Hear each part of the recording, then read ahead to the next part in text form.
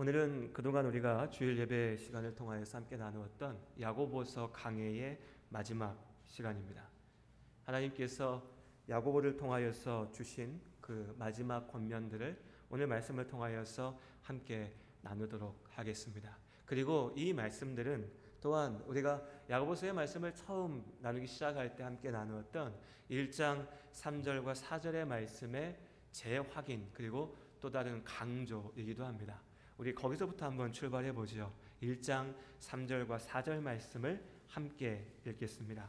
야고보서 1장 3절 그리고 4절의 말씀입니다. 우리 함께 한 목소리로 읽겠습니다. 이는 너희 믿음의 시련이 인내를 만들어내는 줄 너희가 알미라. 인내를 온전히 이루라. 이는 너희로 온전하고 구비하여 조금도 부족함이 없게 하려 함이라. 아멘.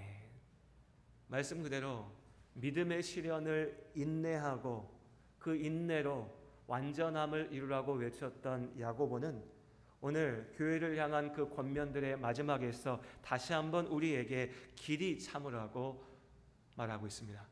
그리고 또한 오늘의 이 말씀은 우리 인생의 본질에 대한 답이기도 합니다. 인생이란 무엇인가? 참 많은 사람들이 고민하고 또 참 많은 답들, 주장들이 있는 그런 문제죠. 우리는 어떻게 사는가? 인생은 뭔가? 삶이라는 것은 무엇인가?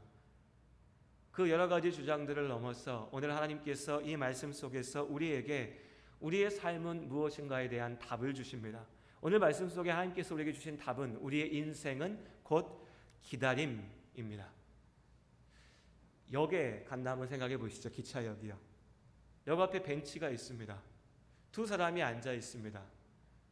그 사람들이 우리가 눈으로 보면 뭐 똑같아 보이죠. 그냥 역 앞 벤치에 앉아 있는 어떤 사람들입니다. 그런데 이 사람들은 사실 좀 다릅니다. 한 사람은요, 그냥 거기 앉아 있습니다.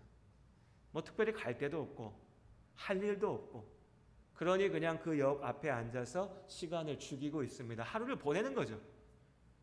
그냥 그렇게 그 자리에서 머물러 있는 겁니다. 아무 의미 없는 시간들이죠. 그냥 그 시간이 지나가기만 바라고 있는 겁니다. 그 옆에 앉아있는 또 다른 사람은 친구를 기다리고 있습니다. 친한 친구가 기차를 타고 오기로 했거든요. 그래서 그 친구가 도착하면 같이 만나서 인사를 나누고 그 친구와 함께 그 자리를 떠날 것입니다. 앞에 말씀드렸던 사람은 그냥 그 자리에 머물러 시간을 보내고 있지만 후자의 사람은 기다리고 있는 겁니다. 기다림이라는 것이 그렇습니다. 기다림은 목적이 있습니다. 그리고 기다림에는 끝이 있죠. 우리의 삶은, 우리의 인생은 바로 그런 기다림인 겁니다. 의미 없이 흘려보내는 시간이 아니라 그냥 내가 이 자리에 있으니까, 내가 다른 걸 뭘 해야 될지 모르겠으니까, 어쨌든 숨쉬고 살고 있으니까 내가 죽는 그때까지는 그냥 여기서 움직여 봐야지, 이것이 아니라 우리의 인생은 분명한 목적이 있고 분명한 끝이 있는 기다림이라고 하는 것이죠. 그리고 오늘 5장 7절의 말씀을 함께 봅니다. 우리 함께 야고보서 5장 7절 말씀을 읽겠습니다. 함께 읽습니다. 그러므로 형제들아, 주께서 강림하시기까지 길이 참으라. 보라, 농부가 땅에서 나는 귀한 열매를 바라고 길이 참아 이른 비와 늦은 비를 기다리나니. 오늘 이 말씀 속에서 우리의 기다림의 목적을 봅니다. 그런데 오늘 7절의 말씀에 먼저 시작이요, 그러므로로 시작하죠. 그럼 무슨 얘기입니까? 앞에서 나누었던 말씀들에서 연결된다는 거잖아요. 그럼 앞에 4장의 말씀 그리고 5장 1절부터 6절까지의 말씀, 우리가 지난주 나누었습니다. 야고보가 무엇을 얘기했습니까? 하나님께서 야고보를 통하여 우리에게 무엇을 말씀하셨습니까? 인생이라고 하는 것이 우리 생각대로, 우리 계획대로 되지 않는다. 우리는 내일을 알지 못한다는 것을 말씀하셨습니다. 우리가 어딘가에 가서 내가 계획을 세우고 내 눈에 뭔가 일이 될 것 같으니까 그 일에 나의 시간을 들이면서 이렇게 내가 시간을 보내고 나면 성공할 수 있을 거야, 많은 것을 누릴 수 있을 거야 라고 결정할지라도 그것이 나의 계획과 나의 생각과 나의 바람대로 그렇게 되지 않는다는 것을 말씀 속에서 보았습니다. 오히려 5장 1절부터 6절까지 말씀해 보면 오히려 그 속에서 죄악을 저지르면서 악한 일을 저지르면서 어찌 보면 하나님 앞에 정반대로 도전하면서 하나님 앞에서 무너져야 될 것 같은 그런 사람들이 우리의 생각과 우리의 기대와는 달리 세상에서 부와 권력을 누리고 자랑하면서 성공할 수도 있다. 그러나 그들이 주장하는 그 부라고 하는 것들, 그들이 자랑하는 그 권력이라고 하는 것들도 아무 의미 없는, 시간이 지나고 나면 헛되게 사라져버릴 부질없는 것들임을 말씀하셨습니다. 그리고 우리의 인생을 뭐라 했습니까? 앞서서 우리 4장의 말씀에 나누었죠. 우리 인생이 안개와 같다라고 이야기합니다. 안개와 같다. 당장은 영원할 것 같지만 잠시의 시간이 지나고 나면 그저 흩어져 버릴 뿐인 그 부질없는 안개요. 그렇기 때문에 우리의 삶은 그 안개 속을 헤매면서 방황하는 그런 삶이 아니라 그 안개를 걷어내고 마침내 이 땅을 비칠 밝은 태양빛을 바라며 기대하며 소망하며 나아가는 삶이어야 한다는 것입니다. 우리의 삶은 기다림입니다. 그리고 그 기다림에는 목적이 있습니다.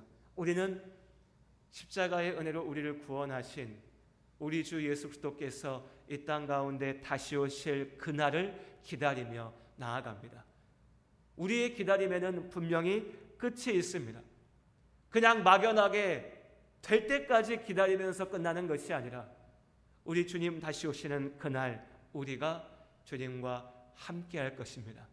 이것이 우리의 믿음이고 이것이 우리의 삶의 목적이며 우리 삶의 의미입니다. 이것이 예수 믿는다 고백하는 우리가 하나님을 알지 못하고 살아가는 사람과 다른 본질적인 이유입니다. 이걸 기억해야 됩니다, 여러분. 교회 와서 비니까 복받고 그래서 잘됐고 그래서 내가 하나님을 자랑한다. 물론 그것도 어떤 모습일 수는 있겠지요. 하지만 본질은 아닙니다.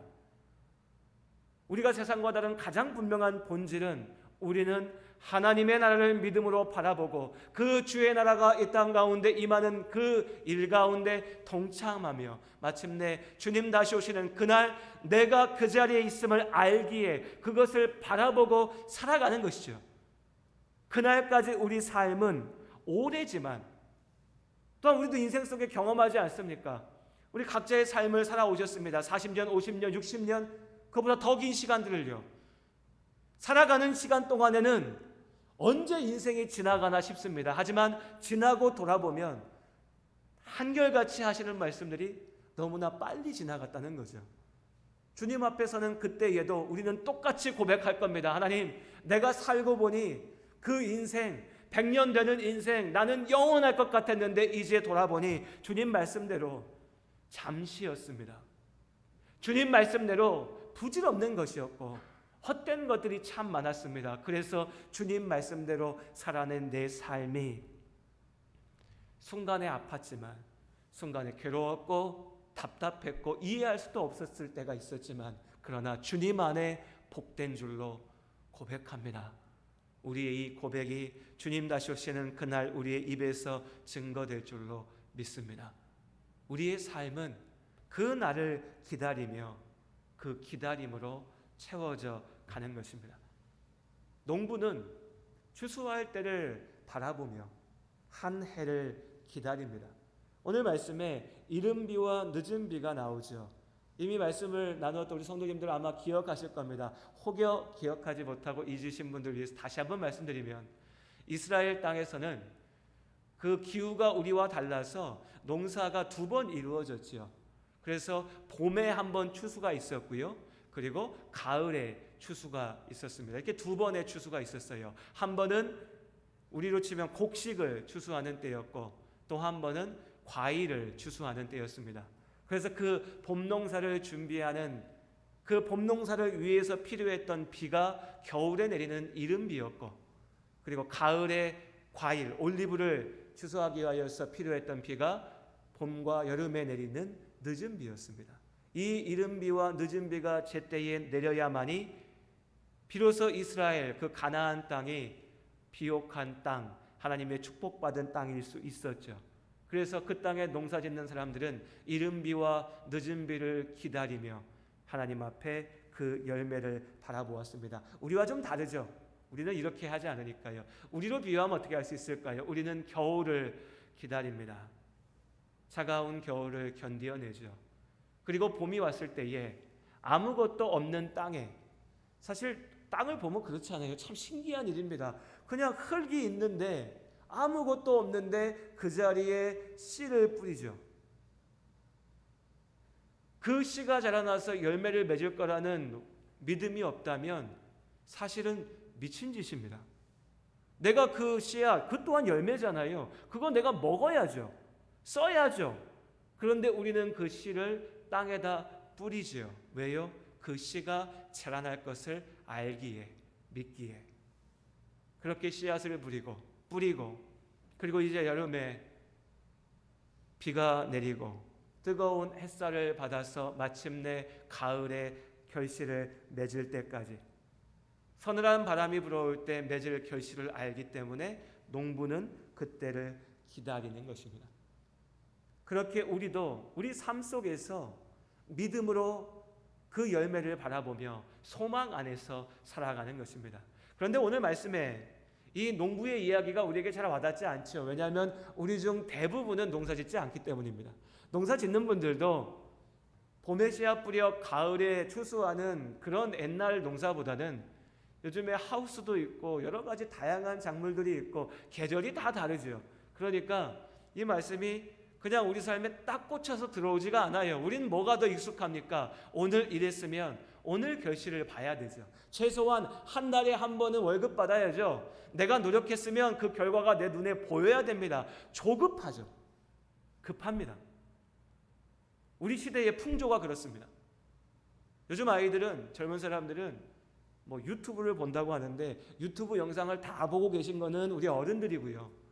우리 아이들은 인스타나 뭐 유튜브나 이런 거 보면, 틱톡이나 이런 거 하면 10초도 되지 않는 영상 바로바로 넘겨갑니다. 딱 1초 봐요. 1초 봐서 재미없으면 넘어가는 겁니다. 뭐 그 또한 문화의 한 부분이라 할 수 있지만 안타까운 건 뭐냐면요, 기다림이라고 하는 것에 대해서 갈수록 더 가치를 무시하는 시대가 되어가고 있습니다. 당장에 뭐가 보여야 돼요. 그런데 이것은 우리 삶의 본질과는 다른 방향입니다. 우리 삶은 절대 당장 열매를 볼 수 있는 게 아니니까요. 기다림의 끝에 열매를 맺는 것, 그것이 하나님께서 만드신 사람의 삶의 본질이고 삶의 모양인 것입니다.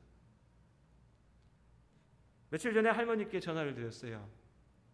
통화하다가 요즘에 날 더운데 잘 지내십니까? 건강하세요? 뭐 이렇게 안부를 여쭸더니 하시는 말씀이 이제 금방 8월 15일이 다가올 것이고 8월 15일만 지나고 나면 찬바람 부니까 괜찮다라고 얘기하시더라고요. 아마 우리 성도님들도 많이 들어본 얘기실 겁니다. 또 많이 하시는 말씀일 거예요. 저도 그랬습니다. 많이 들었었죠. 그런데 지금보다 더 젊었을 때 들을 때는 그 말이 전혀 와닿지 않았어요. 왜냐하면 8월 15일 지나면 시원해집니까, 여러분? 그렇게 믿으시면 어쩔 수 없지만 안 그렇거든요. 8월 15일 지나도 더워요. 제 기준엔 그랬습니다. 여전히 에어컨이 필요하고 오히려 요즘에는 8월 말에도 9월에도 여전히 덥다고 막 얘기합니다. 그래서 어른들이 그런 얘기 하셔도 귀에 들어오지 않았어요. 그런데 경험의 시간이 좀 지나고 나니까 저도 좀 나이가 들었는지 이제 그 말이 와닿더라고요. 이해가 돼요. 그래서 말씀하시는데 아 맞아요. 그렇죠. 광복절 지나고 나면 이제 찬바람 좀 불어요. 어제 우리가 경험했습니다. 어제 시원하게 잘 주무셨죠? 이럴 땐 좀 대답을 좀 하셔도 됩니다. 시원하게 잘 주무셨죠? 오히려 날씨 너무 좋았잖아요. 저는 너무 행복한 밤이었어요. 네. 마당에 나가가지고 이렇게 정말 모처럼 앉아있는데 너무너무 기분이 좋았습니다. 날씨만 가지고도. 물론 언제 그랬냐는 듯이 내일 다시 더워질 수 있겠지만 우리는 압니다. 지나간다는 것을. 지나가죠. 그래서 우리가 짜증내고 불평하고 원망한다고 될 일이 아니라 괴롭지만 덥지만 기다리면 몇 주의 시간만 지나면 다시 서늘한 바람이 불어오고 우리가 기뻐할 수 있다는 것을 아는 거죠. 우리의 조급한 마음은 이 기다림을 못 견디게 만듭니다. 그러나 하나님께서는 우리에게 삶은 기다림이라고 말씀하십니다. 그 기다림의 시간이 지나고 나면 열매를 보게 된다는 거죠. 그리고 그렇게 기다리는 우리에게 하나님께서 주신 선물이 있습니다. 우리보다 앞서서 이 믿음의 삶을 살아냈던, 걸어갔던 그 믿음의 선배들의 삶이 우리에게 주신 선물이죠. 등산할 때요, 여러분 산 좋아하십니까? 저 좋아하는데 산을 갈 때 참 희한한 것이 내가 가봤던 길을 걸어가면요, 내가 올라봤던 산을 다시 올라가면 확실히 덜 힘들어요.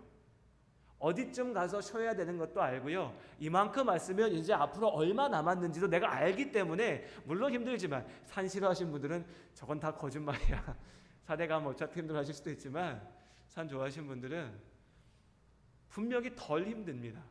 진짜 힘들 때가 언제냐면요, 내가 처음 가는 길을 걸어갈 때, 내가 한참 걸어왔는데 앞으로 얼마를 더 가야 될지 와닿지가 않을 때, 내가 모를 때, 이땐 참 힘들어요. 그래서 참 신기한 게 저 높이를 자랑하는 국립공원을 걸어갈 때보다요, 사람들한테 잘 알려져 있지 않은 그냥 야트막한 야산을 걸어갈 때가 어쩌면 더 힘듭니다.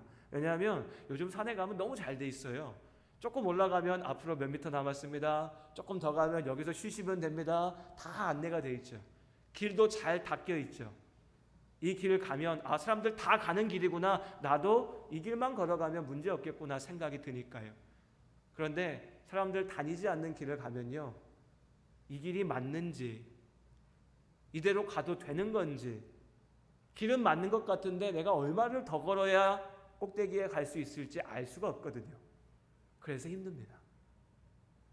어쩌면 그래서 우리 삶 속에 하나님께서 그런 선물을 주신 겁니다.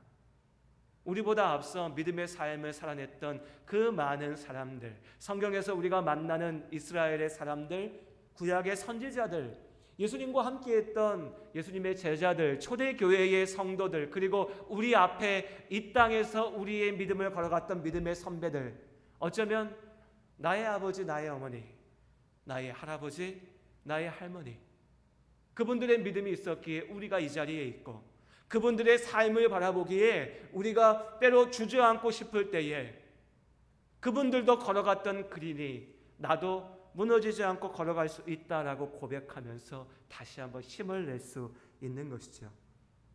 그리고 오늘 말씀 속에 욥을 말씀하십니다. 욥의 인내를 너희가 들었으니, 도무지 이해할 수 없었던 삶의 여러 가지 고난 속에 어려움에 부딪혔던, 모두가 나를 떠나가고 인생의 밑바닥에 떨어졌었던 그 아픔 속에서도 하나님을 붙잡고 매달렸던 그 욥의 삶을 하나님께서 어떻게 인도하셨는지 우리가 알기에, 우리가 우리 각자의 삶 속에서 똑같이 눈물 흘리고 답답해서 가슴을 치고 때로는 삶이 이게 뭔가 허무함에 괴로워하는 그 순간에라도 하나님을 바라보며 다시 한번 인생의 길을 걸어가는 겁니다. 믿음의 선배들의 삶의 결말을 알기 때문에 우리는 우리의 삶의 끝을 두려워하지 않습니다. 그 끝을 알고 있으니까요. 무엇보다도 우리는 신실하신 하나님을 알기에 우리의 삶을 두려워하지 않습니다. 신실하신 하나님, 믿을 수 있는 하나님께서 우리의 삶을 지키시고 인도하십니다. 그 하나님께서 우리의 삶을 이끌어 가십니다. 그리하여 마침내 하나님께서 약속하신 그때에 우리가 하나님의 나라 가운데 있습니다. 이것이 우리의 소망이고, 이 소망이 있기에 우리가 기다림이라고 하는 이 믿음을 살아낼 수가 있는 것이죠. 그리고 오늘 야고보서의 마지막 구절들은 이렇게 기다림으로 채워진 우리의 삶을 우리가 어떻게 살아내야 할지에 대해서 말하고 있습니다. 농부가 그냥 가만히 앉아서 가을 기다리는 게 아니죠. 멍하니 시간만 보내고 있으면 가을에 추수할 수 있는 게 아니지 않습니까? 아무것도 없는 봄에 씨를 뿌리고 뜨거운 여름에 그때에도 논밭에 나아가서 둘러보고 살피고 움직일 때에 마침내 가을에 출소할 수 있는 것처럼 우리의 삶은 분명히 주님 다시 오실 그날을 바라는 기다림의 시간들이지만 그 기다림의 시간들 동안 우리가 보여야 될 모습, 우리가 흘려야 될 땀이 있는 것이죠. 오늘 야고보서의 말씀 마지막으로 그 삶 속에 우리가 기억해야 될 그 땀을, 그 삶의 모습을 봅니다. 먼저는 무엇보다 우리가 하나님의 말씀 앞에 순종하며 죄를 피해야 한다는 것이죠. 역시 야고보를 통하여 우리에게 계속해서 말씀하셨던 말씀입니다. 9절의 말씀에 보면 형제들아 서로 원망하지 말라고 말씀하십니다. 그리고 13절의 말씀에 보면 12절의 말씀에 보면 너희가 무엇으로도 맹세하지 말라고도 하시죠. 근데 이 말씀이 무언가 이해가 될 듯하면서도 이해가 안 됩니다. 원망하지 말라, 이건 이해가 되죠. 우리도 그렇게 하니까요. 우리도 살다 보면 사람 때문에 화나고 분노하고 실망하면 원망하고 미워하고 원수 삼아서 정말 죽이고 싶은 마음이 들 때가 있죠. 그러니 이 말씀은 좀 가슴에 찔림이 됩니다. 원망하지 말아라, 미워하지 말아라. 그래, 이건 죄지. 그런데 12절에 맹세하지 마라, 이건 또 뭘까 싶어요. 그 당시 상황 속에서 이해해야 됩니다. 이 당시 성도들이요, 무슨 일이 있으면 내가 하나님의 이름으로 맹세하는데, 내가 하나님의 이름으로 말하는데 하나님의 이름을 자꾸 갖고 와서 사용하는 거예요. 그런데 하나님의 이름을 가지고서 거짓을 주장하고 하나님의 이름을 가지고서 자기 욕심을 이루려고 하고 이러다 보니 우리 십계명의 말씀에 하나님의 이름이 말 그대로 망령되이 일컬어지는 것이죠. 그러니 그렇게 하지 말라는 것입니다. 오늘 이 구체적인 권면들은 초대교회의 상황 속에서 지켜야 될 모습들, 기억해야 될 문제들에 대해서 짚고 있는 것이죠. 그러니까 오늘 우리에게는 우리가 이 말씀을 그대로 갖고 와서 얘기하는 것도 필요하겠지만 말씀의 본질을 기억해 봤으면 좋겠습니다. 9절에 보면 심판주가 문 밖에 서 계시니라. 우리가 이 사실을 자주 잊어버립니다. 사랑의 하나님께서 또한 공의의 하나님이신 줄로 믿습니다. 구원의 하나님께서 또한 심판의 하나님이십니다. 이 땅에서의 우리의 삶을 그냥 멍하니 기다리고 있다가 주님 다시 오시는 날 나도 하나님 나라 가겠지, 여기서 끝나는 것이 아니라 우리의 삶이 하나님 앞에 합당한 경건의 모습으로 세워져 가야 된다는 것이죠. 하나님의 말씀 앞에 순종하며 나아가는 삶이어야 된다는 것입니다. 물론 당장 우리 삶 속에 하나님의 말씀대로 산다는 것은 참 어려운 일이죠. 내 욕심대로 살고 싶을 때가 많습니다. 욕심대로 살지 않았더니 하나님 말씀 앞에 순종했더니 손해봐야 될 때도 있습니다. 그러다 보면 우리 머릿속에 자꾸 본전 생각나요. 야, 이렇게 가다가 여기서 끝나버리면, 여기서 내 삶이 끝나버리면 저 사람들은 세상에서 지멋대로 살면서도 누리고 사는데 나는 이렇게 고생하고 아파하고 그 와중에도 하나님 말씀 지키겠다라고 발버둥 쳤는데 그냥 이것뿐이면 어떡하나 라고 의심하고 두려워할 때도 있죠. 역시 마찬가지입니다. 우리 삶의 본질을 잊어버린 거죠. 우리는 이 땅에서 모든 걸 걸고 사는 것이 아니라 하나님 나라의 소망을 가슴에 품고 기다림으로 나아가는 겁니다. 그 하나님 나라 가운데서 영원한 생명을 누리는 것이죠.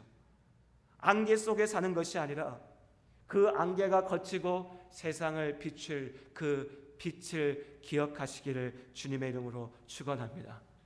우리는 믿음으로 그 주님의 날을, 그 빛을 기다리며 나아가는 겁니다. 그리고 그 기다림은 하나님의 말씀 앞에 순종하는 참된 경건으로 채워지는 것이죠.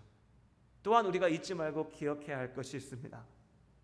인생 살아가면서 그냥 뭔가 좀 잘 되고 내 생각대로 풀리고 뭔가 좀 기쁜 일이 생기면 좋아하고, 내 뜻대로 안 되고 내가 예상하지 못했던 어려움이 있고 아픔이 있고 괴로움이 있을 때에는 그저 괴로워하고 슬퍼하고 우울해하고 절망하다가 끝나버리는 삶이어서는 안 되죠. 우리 삶 속에서, 우리 삶이 기다림이라고 하는 것은 우리 삶 속에서 기쁨은 감사의 이유가 되고 지금의 아픔과 어려움은 기도의 제목이 되어야 하는 것입니다. 우리 5장 13절 말씀 함께 읽겠습니다. 5장 13절 말씀 한 목소리로 함께 읽도록 하겠습니다. 너희 중에 고난당하는 자가 있느냐?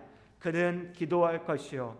즐거워하는 자가 있느냐? 그는 찬송할지니라. 아멘. 우리 다시 한번 읽겠습니다. 너희 중에 고난당하는 자가 있느냐? 그는 기도할 것이요.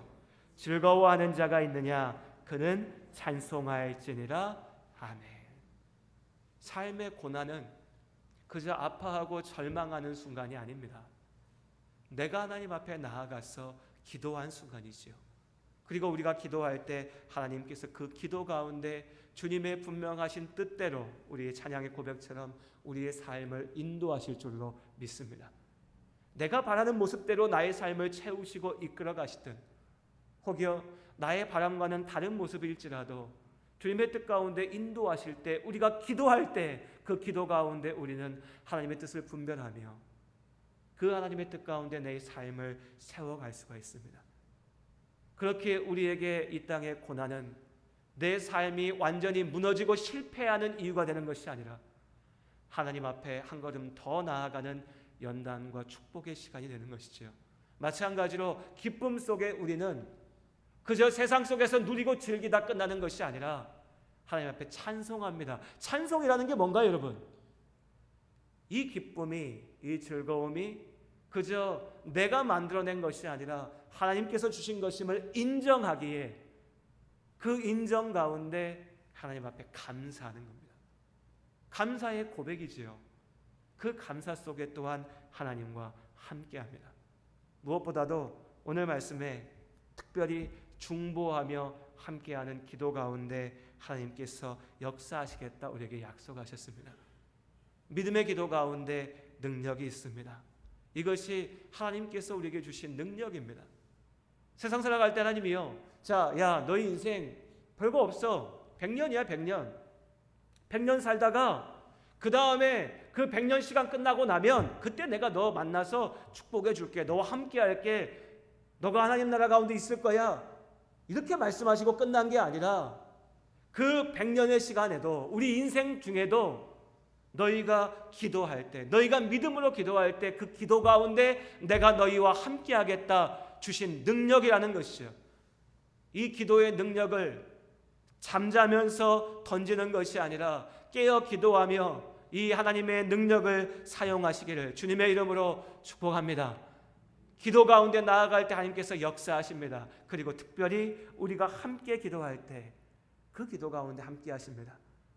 수요일 저녁의 예배 가운데 또 우리가 수요일 함께 모여 기도할 때 또 오늘 주일의 예배에도 우리의 기도 가운데 함께 하신 그 하나님의 은혜를 붙잡으며 나아가는 우리의 삶이 되기를 원합니다. 주일 예배, 오늘 우리가 함께 이렇게 모이는 주일의 예배는 믿음으로 주님 다시 오심을 기다리며 사는 우리 삶에 하나님께서 주신 우리 인생의 쉼표입니다. 우리 삶의 선물이기도 하죠. 세상 나가 살면 다들 그렇지 않습니까? 욕심으로, 또 사람에 대한 미움으로, 원망으로 그 속에서 살다 보면 어느 순간에 우리도 나도 그 속에 매달리게 됩니다. 하루라도 뭔가 세상 사람들 하는 것처럼 하지 않으면 뒤처진 것 같고 손해보는 것 같고 세상 사람들 다 그러고 사는데 나도 좀 미워하고 저주하고 원망하고 싸우면서 이겨서 살면 좋지 않나라는 생각에 나도 모르게 흘려가죠. 그 속에서 하나님이 우리를 건져내시는 거예요.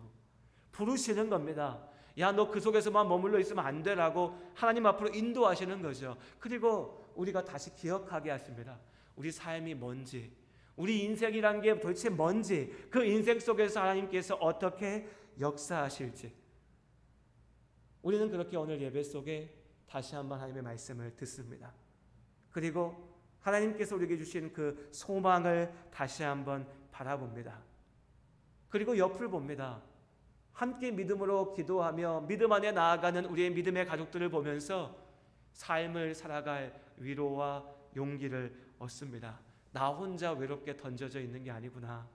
우리가 함께 기도하고 우리가 함께 믿음 안에 나아가는구나. 오늘도 그렇게 우리는 기다림 속에, 믿음의 기다림 속에 살아갑니다. 우리 마지막으로 5장 8절의 말씀을 함께 읽고 오늘 말씀을 마치겠습니다. 함께 한 목소리로 8절 말씀 읽겠습니다. 너희도 길이 참고 마음을 굳건하게 하라. 주의 강림이 가까우니라 하며 다시 한번 읽어볼까요? 너희도 길이 참고 마음을 굳건하게 하라. 주의 강림이 가까우니라. 아멘. 이 말씀을 기억하며 주님 안에 살아내는 새로운 한 주가 되시기를 주님의 이름으로 축복합니다.